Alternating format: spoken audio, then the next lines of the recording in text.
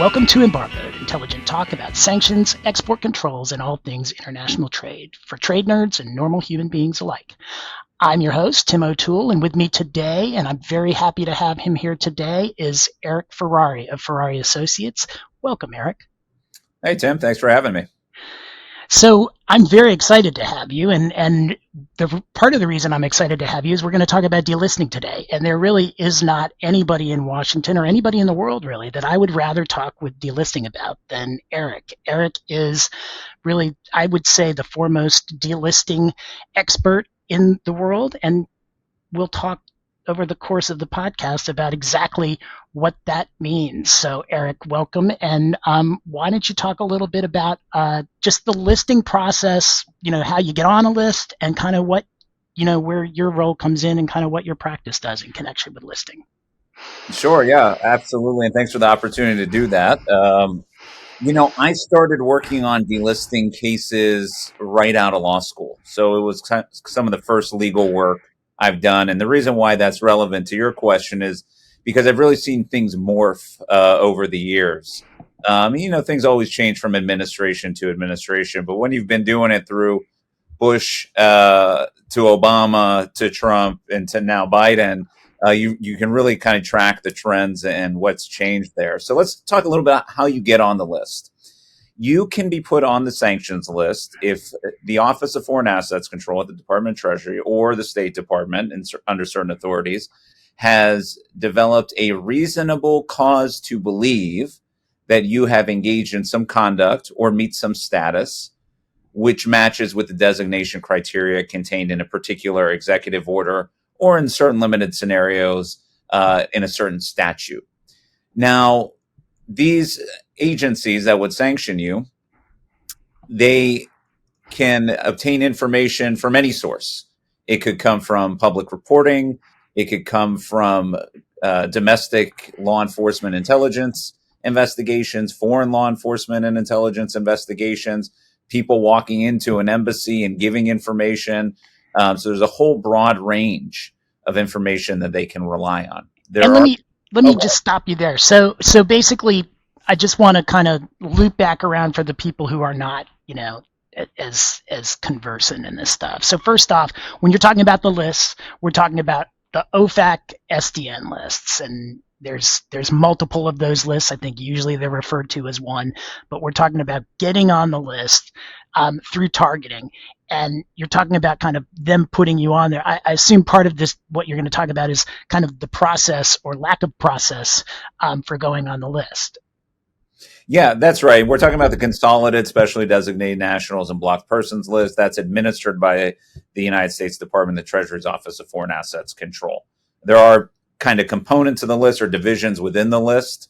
But yeah, that's exactly what we're talking about. So what we're really saying when we're talking about getting listed is being identified amongst other individuals, entities, and organizations who have been targeted pursuant to U.S. economic sanctions programs. And in a lot of cases, not all cases, have been blocked. In other words, their assets under U.S. jurisdiction have been frozen. There are certain prohibitions on dealing with them.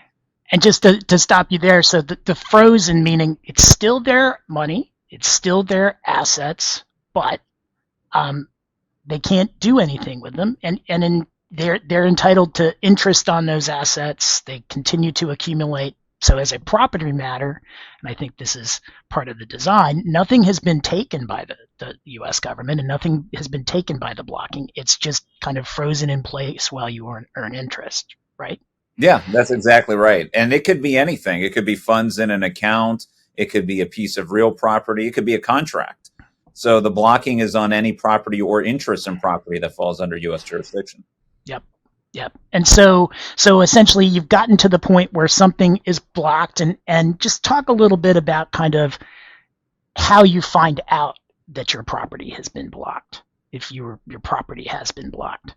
Sure. I mean, it could be anything from turning on the news one day and seeing that you've been identified as a sanctioned person. I've heard from clients, someone sent me a message on Facebook and said you're sanctioned.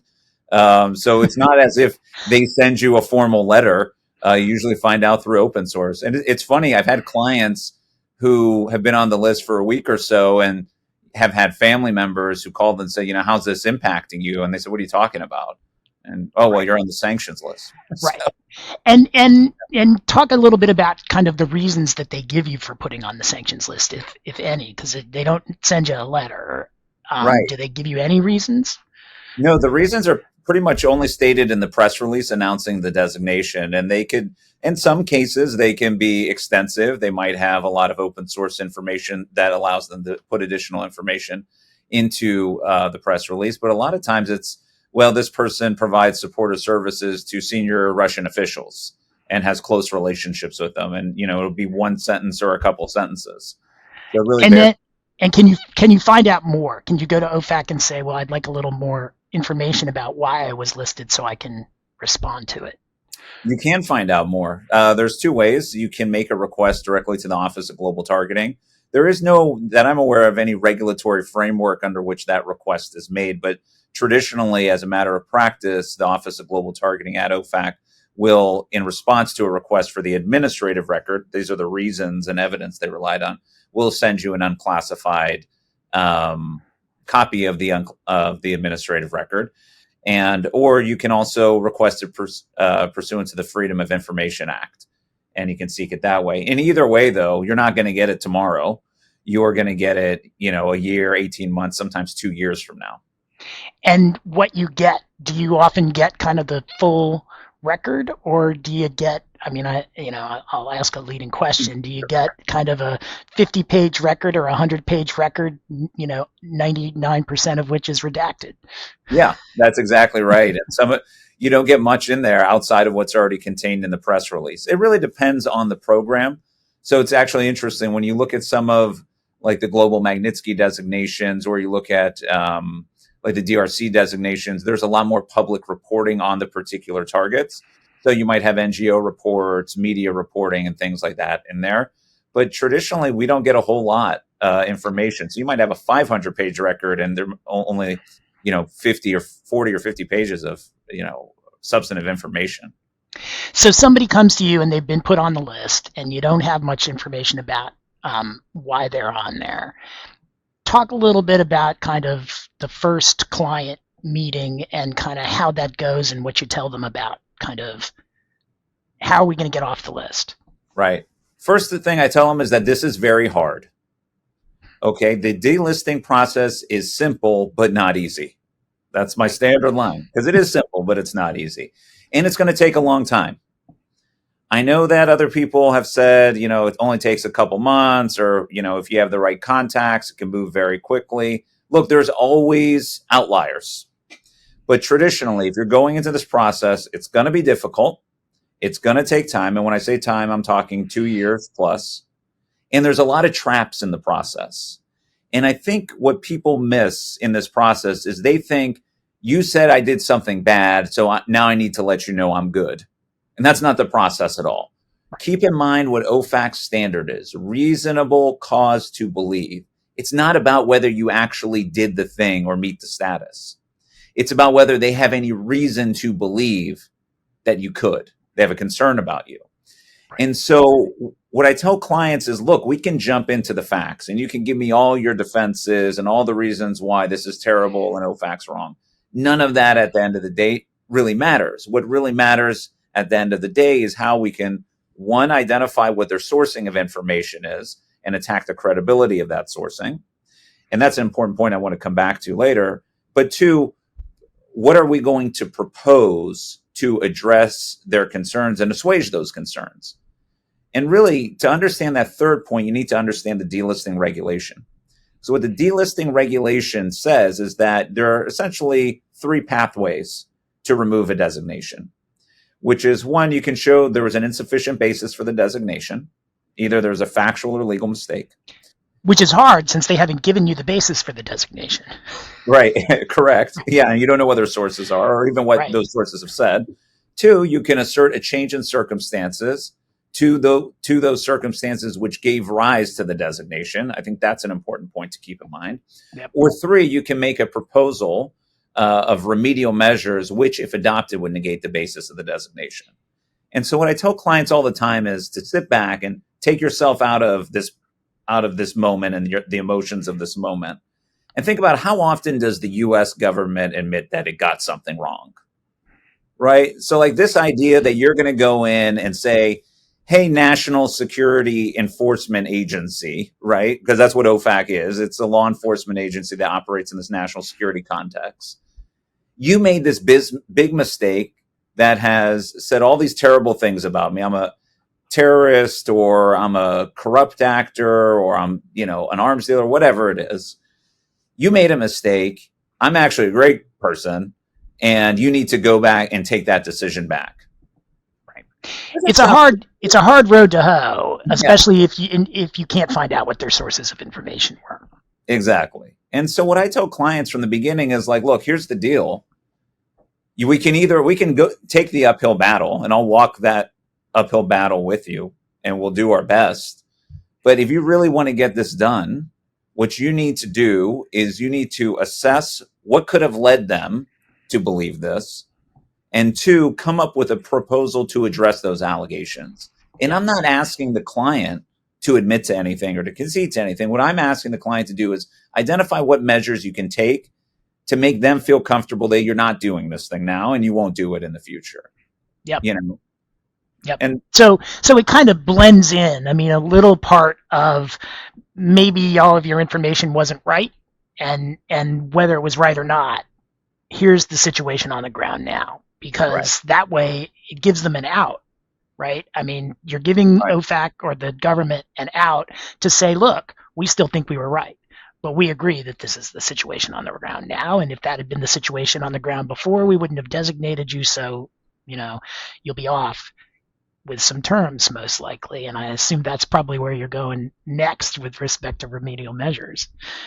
Yeah, absolutely. And what I would say too is you can have great evidence as to why you didn't do it, but it doesn't matter. We've turned over a lot of good evidence in cases where OFAC says we don't have a problem with your evidence, but we have our own evidence, and it shows you did meet the basis for designation. So it's not like it's not like a competition between evidence. It's only if their evidence is credible. Right. I mean, and that is really, to me, that I find the hardest part about a delisting process is that at least theoretically, in the criminal justice process, you kind of know what the government's evidence is, and certainly after you've sat through a trial, you know what it is, and you have the ability to respond to it. In the the listing process and the corresponding delisting process, you kind of don't know what you're up against. So even if you kind of put on this case to show all sorts of things are happening, you don't know if you've responded to everything that they have, because you don't know what their information is. And I think that's why it's just so hard to come in and show an insufficient basis, because you don't usually know the basis. Yeah, 100%. And I'll make it just a little bit worse than that, which is you don't know their evidence, and the same jury that basically designated you is the one reviewing your delisting petition. So it's not even like a third party is looking at this, on their own and independently. You're going back to the same folks who sanctioned you and saying, hey, I don't think you're right. And the way I've described it, and this kind of gets into the remedial measures to clients, but the way I've described it is you have to give OFAC a win, and then you have to force them to take it. So step one is just identifying how they won. And then step two is now the advocacy piece, which is convincing them that they have won. Yep. And that's actually the hard part, because there's a lot of considerations that go into this from the government side that aren't necessarily, have we checked the boxes that they're no longer doing this? Because go ahead. Question, yeah, but what I was going to say is a lot of times, there's an interagency consultation process, right? And so OFAC might not want to take a party off the list because there's a DOJ investigation that could be impacted, or a DOJ prosecution. Right, and that's where I was heading. Is that OFAC, at least in my experience, and I'm going to frame this as a question, but it is not always the decider. That is, OFAC listed you because they're the ones with the authority to do that, but they may have listed you because another agency wanted you listed, or they may have listed some property because another agency wanted you listed.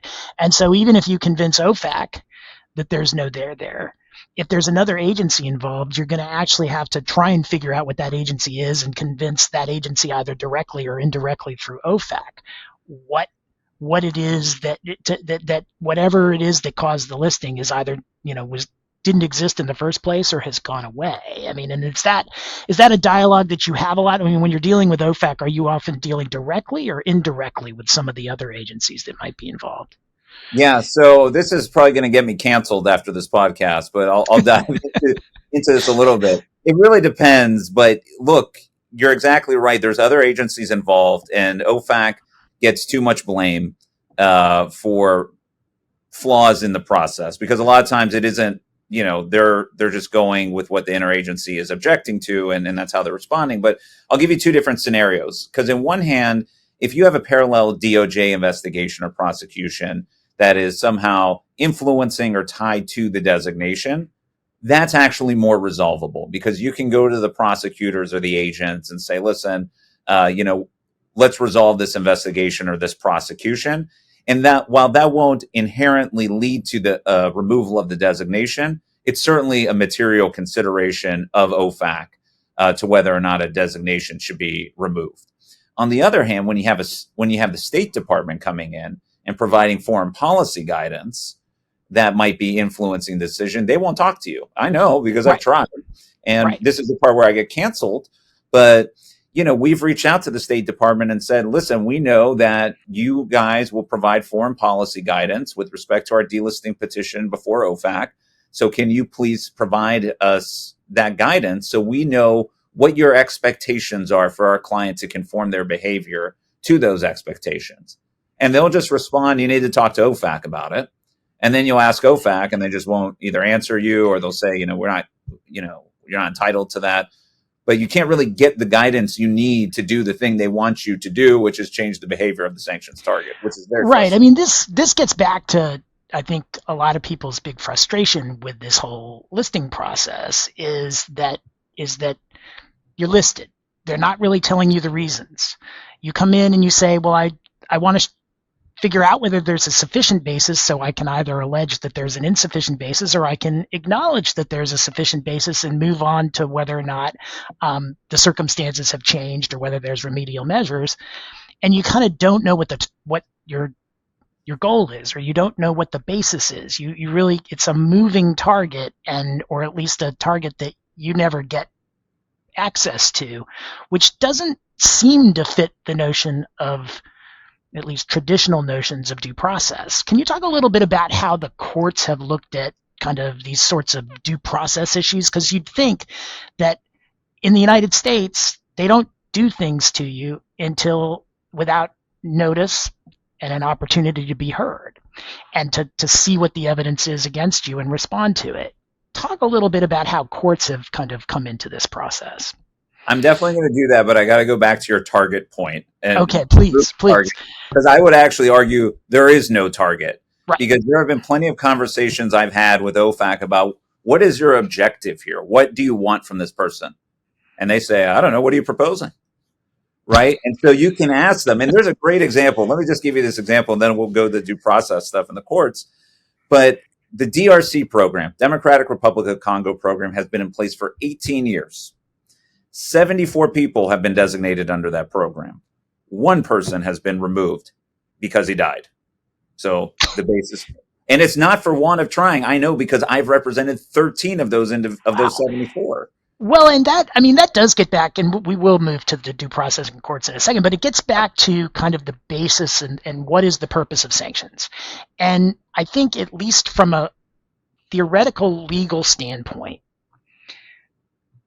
OFAC and the Treasury Department have said this is not a punishment. This is not a taking of property. We're not depriving anyone of property because they have their property. They just can't use it. So essentially, it's not a punishment. It's not a taking. It's basically just a measure that we're using, a carrot, to reward you for when you change your behavior. Theoretically, that sounds great, and that, I think, is the legal framework for sanctions.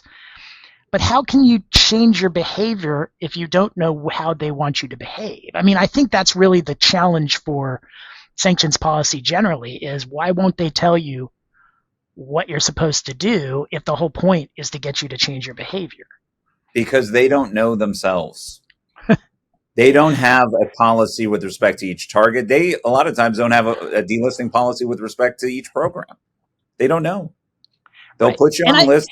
Yeah, and I go and ahead. I and I do no, and I say this a lot. I mean, our friends at OFAC are trying their best. Like this is a system that they didn't create, that they work very hard. They're overburdened. They're people who act in good faith, but it is a weird system where you essentially put someone on a list and tell them that they need to change their behavior in order to get off the list, and then they won't. No one seems to know what it is that you're supposed to do in order to get off the list.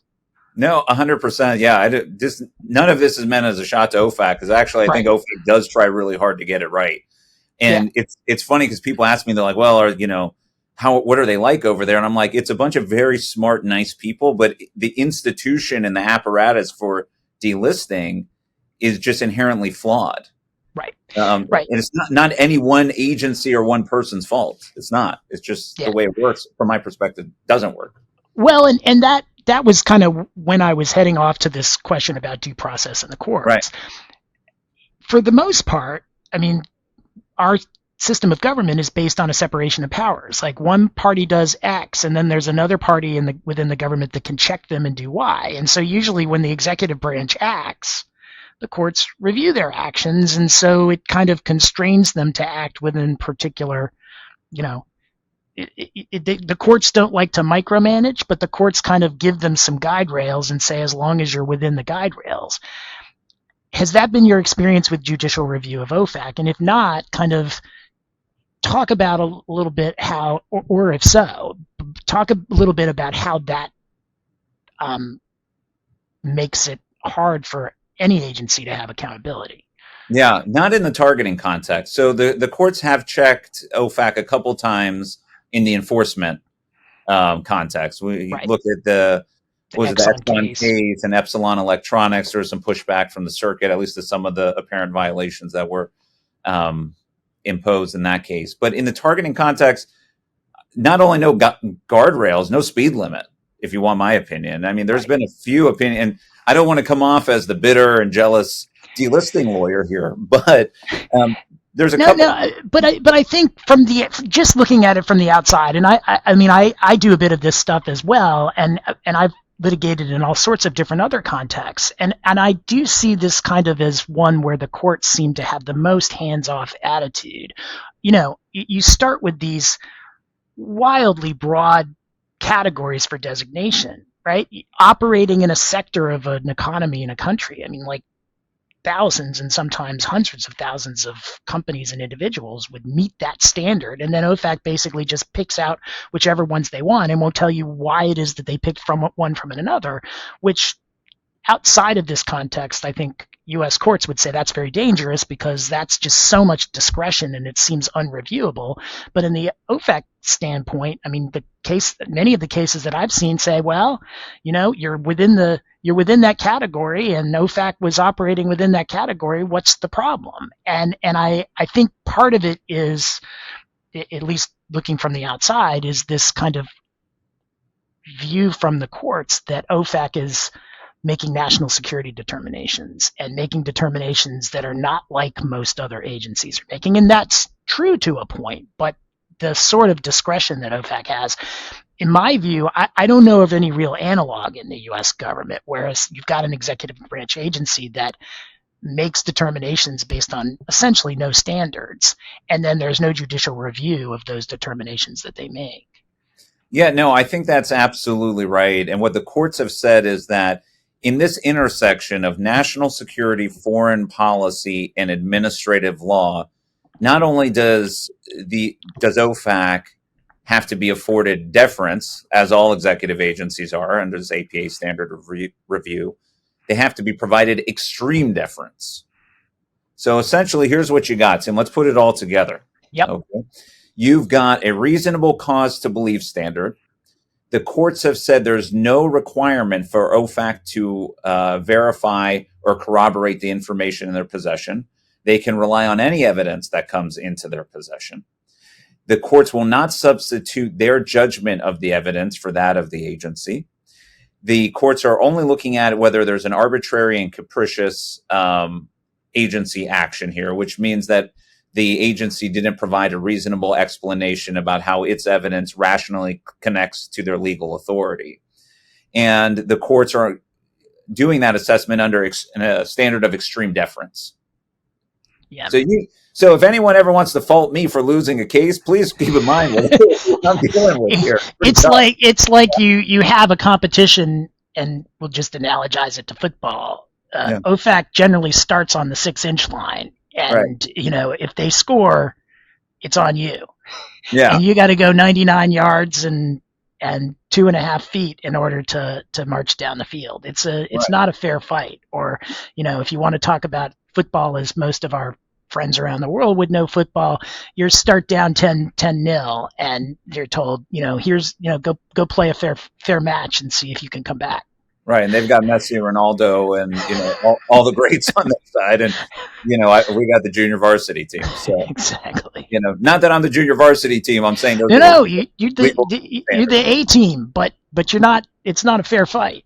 Well, yeah, and look, and we wouldn't be sitting here having this conversation if the process hadn't worked at some point, because we have removed people. That's why we have a reputation for delisting work. But it's completely, really hard, it's really hard, and it's set up in a way that is designed to prevent that result from happening. It still happens, but when it does, it's kind of a miracle. It does. I want to go back to this punishment point, if we could, because this is what's fascinating / frustrating to me. So, it's long been said, sanctions are not punishment. They're to coerce a change in behavior. We've had cases, and this is public. You can look it up on the court docket in the Canton-Tima v. Gackey, now v. Smith case. But, the State Department provided guidance, which essentially said that maybe that was the wrong case. There was a case in the DRC context. It might have been a different one.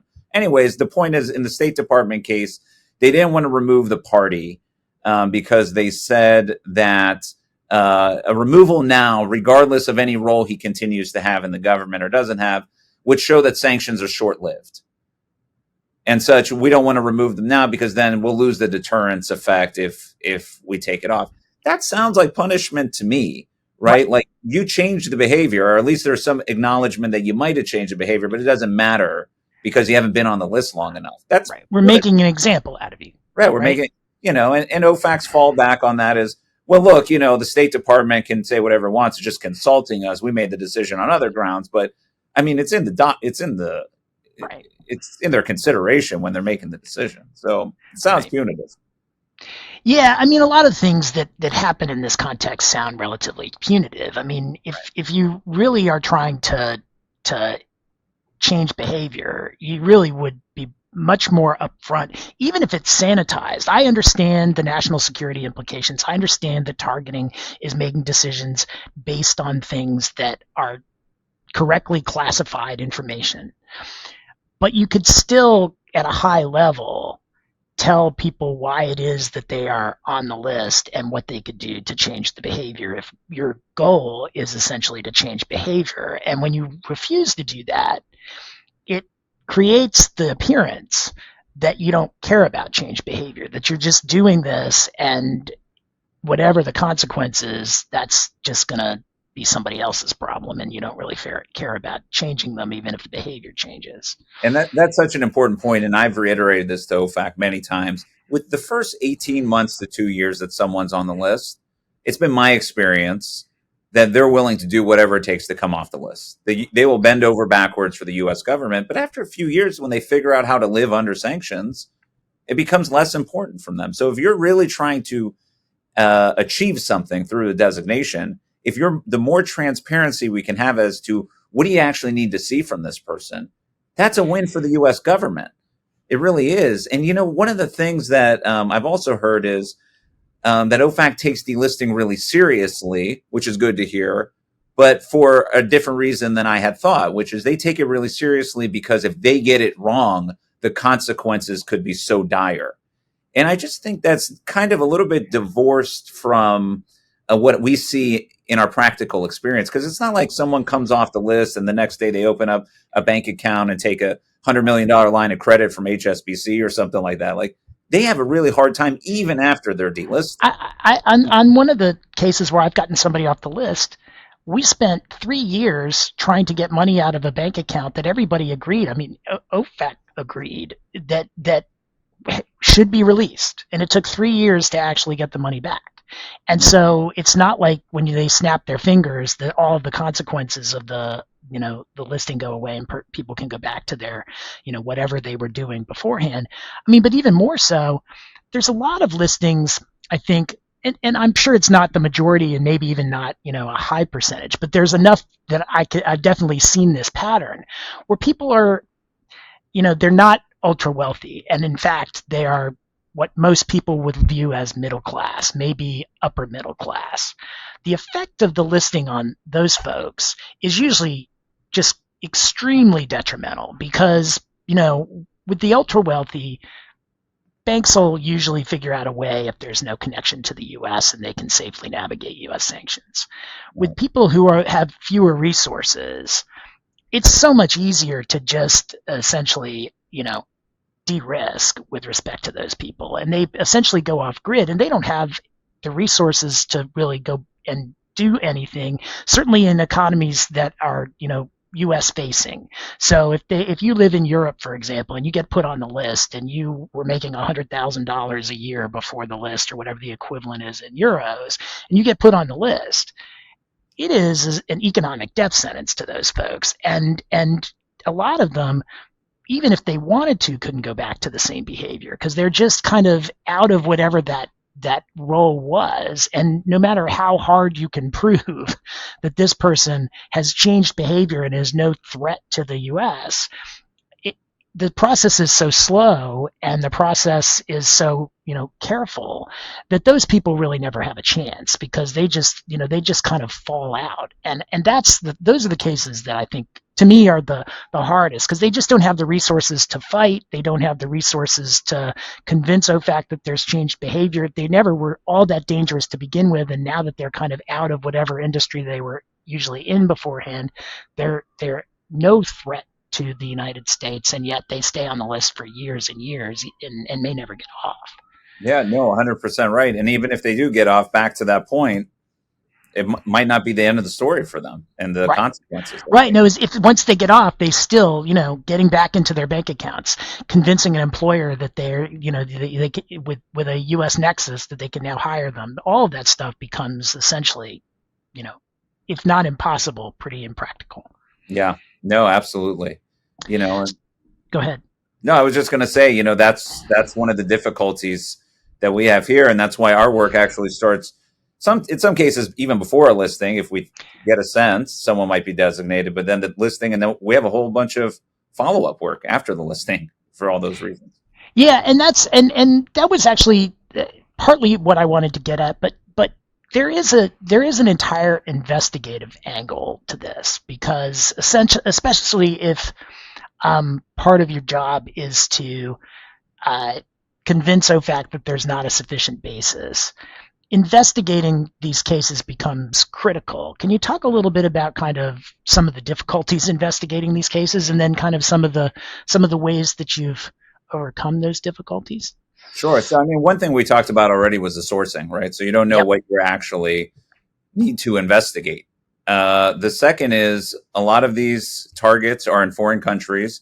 They don't have the same level of sophistication with respect to record keeping within the country, much less with respect to the particular client. So that you then might not maintain adequate records. Communicating U.S. government standards and expectations in a foreign language, even if you're using or working through foreign counsel, that can be difficult.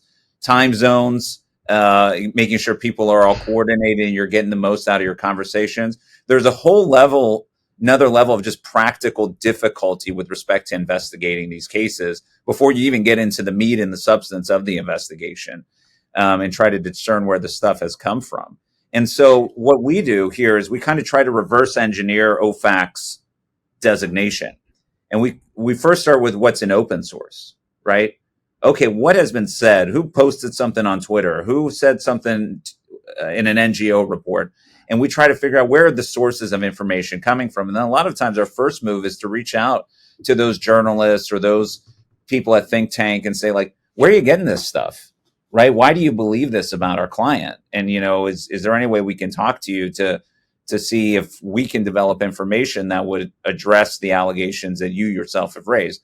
I got to be honest, no one really wants to talk to us because they're like, oh, this is the bad guy's lawyer. But, Right. that's a necessary step in the process. And then from there, we just have to go into identifying what we can and how we can rebut it and how we can say, look, this is factually just not true. Yeah. Yeah, Yeah, and I think these cases to me are some of the hardest to investigate. Back in the sure. day, I used to represent clients who'd been sentenced to death and go back and try and do these investigations years after the fact. And those were often tough, but in many ways these are tougher because of the even greater cultural differences, the time zone differences, the logistics differences, and then the difficulties in finding out what you're looking for, right? So you have to figure out what information caused the client to get designated, and how do we go back and figure out whether or not that's credible, not credible, reliable, not reliable. It is really hard. And then when you factor in that this is often 8, 9, 10, 11 hours away, so even doing it by Zoom, which is better than it used to be, is still really hard. And then if you wind up having to go there, which is usually the best way to investigate, it becomes 10 times harder because it's just a long trip, and then you have language difficulties once you're there, and actually investigating in some of these countries becomes difficult. So it's mostly just talking with clients and trying to get whatever documents that the client has. And it's a real lift to actually figure out what's going on in these cases. And then once you do, if you do, you've got all these standards that we talked about to meet. Yeah. And look, I mean, I've been tired for the last 17 years that I've been doing this stuff. So it's because of all the traveling and Zoom calls late at night or early in the morning, which I'm sure you more than have an appreciation for. Yes. But yeah, it's difficult. It really is. And that's why I go back to clients. This is about remedial measures. And really, at the end of the day, OFAC is about compliance work. And this is compliance work. Yep. And it's about identifying what are the problems and how can we correct them. And then how can we pitch OFAC that, hey, we've got a solution to address your concerns and move on. Because otherwise, you're going to be dealing with this for 5, 6, 7, 10 years or longer. And likely, even if you have good information, and this is something I want to go to in a second too, but even if you have good information, they don't have to buy it. Like we've had cases where the client, OFAC said, well, your client's involved in this business, and so is this other guy who's a sanctioned person. So they're probably working together. Okay. We went and got the corporate register, and we're like, our client's not a shareholder on his company. He has no shares, no interest in this company. He doesn't know what you're talking about. And OFAC's like, well, he's not telling the truth because he's probably holding his shares through one of these other people. So it's like you can't how are you going to win? And then you go to a court, and the court's like, oh, it checks out, makes sense to us. We don't want to disturb their assessment. They're the expert. It's good enough for government work, right? So let's say you get information. Do you always file a petition, or do you sometimes get on the phone and say, like, do we need to file a petition, or tell me how that works, the difference between the formal process, which is obviously filing a delisting application, and whether there is an informal process that can either speed it up or tell you, hey, don't even bother, this isn't going anywhere. I would say 95% of the time it's a formal delisting petition because we want to at least get something in the record. Sometimes OFAC won't even talk to you in a meeting or on a phone unless you've got a case open. Depending on the circumstances, there have been opportunities where we said, look, the facts and circumstances here support us having an informal conversation. Maybe there was some sensitive information involved. Maybe it's somebody who, had something that was highly valuable but time sensitive to offer as a remedial measure. But I would say those are the exceptions, not the rule. And look, I don't just call OFAC or email OFAC because I don't want to expend any goodwill I might have left with them. None after this podcast, but no, we're working on it. We're going to rehabilitate. We're going to rehabilitate this at the end. Right? But I don't want to waste their time and just say every time one of my clients is listed, you got to talk to me and we got to work it out informally. I try to go through the process as much as I can. Yeah, I mean that's been my experience too. Is that the informal mechanisms only work if you've got something really unusual that Yeah. it's really not even appropriate sometimes for a delisting application. It's sensitive information that you would never write down, but you could share it with them and they might be interested in it. Yeah. So why don't we talk a little bit about kind of how the criminal process works in connection with OFAC? I mean, because often there is this overlap because all sanctions violations, if committed willfully, can potentially be criminal violations. How, just as a ballpark figure, how often do you see DOJ involved in this process, and how often is it just pretty clearly just a sanctions case? Yeah, I would say maybe 20% of cases are tied to some ongoing criminal investigation or prosecution. Traditionally, it's been with respect to Iran, Right. or some counterterrorism authorities, every once in a while with Venezuela. And, they always tell you, well, the two things are completely separate. Oh, and it happens, I'm sorry, a lot with counter narcotics too, of course. Right. But they always tell you that things are completely separate. OFAC does its thing, DOJ does its thing. Look, the reality is, if you are being prosecuted by DOJ and you come in with the world's greatest delisting petition, OFAC is still going to say no because Right. DOJ is going to object. And so, and OFAC will view it as, well, you haven't gone through this prosecution. You haven't turned yourself in and fought the charges. Therefore, you're just not credible. So we can't believe anything you say. And that's how they kind of get out of it, even where you have solid arguments. So I would say about 20% of cases, we got some DOJ component. And, while DOJ doesn't control the day, they're certainly very influential and a big part of the day in those discussions about whether delisting is appropriate or not. All right. Well, that's kind of the lay of the land in terms of the questions that I have. Is there anything else you want to talk about in connection with delisting?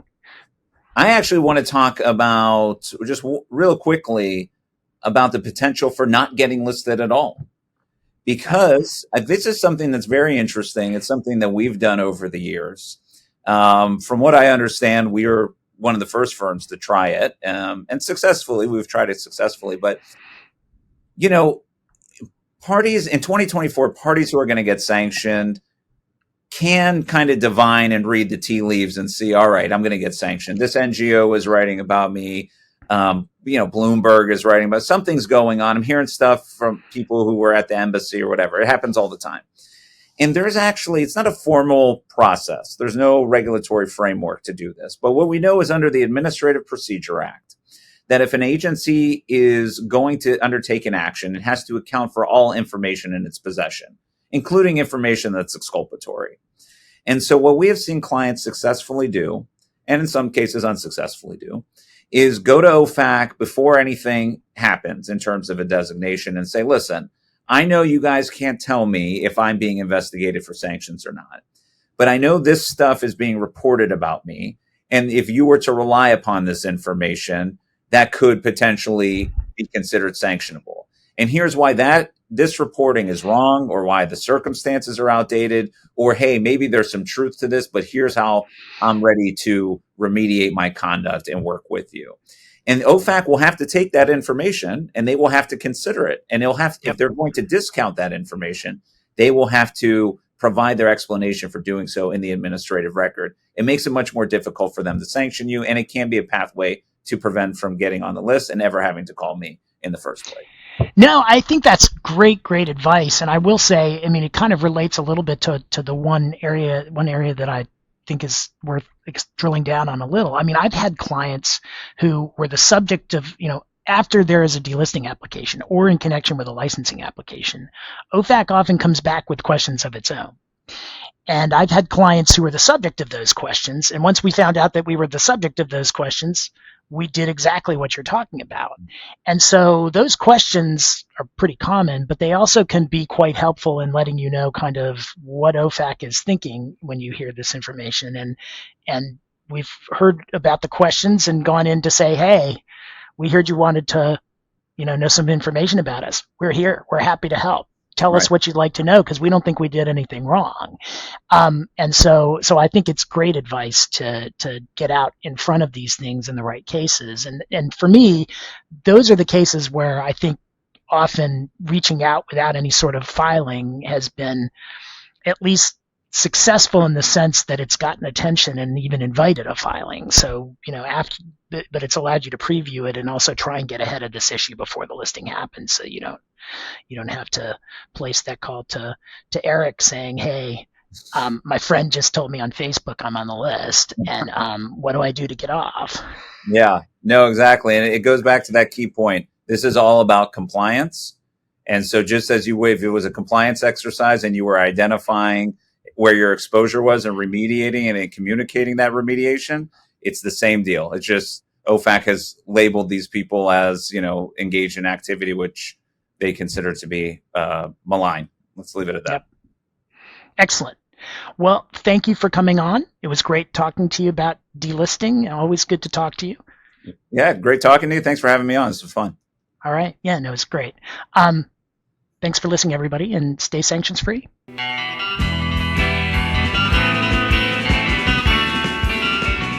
Produced by Heartcast Media.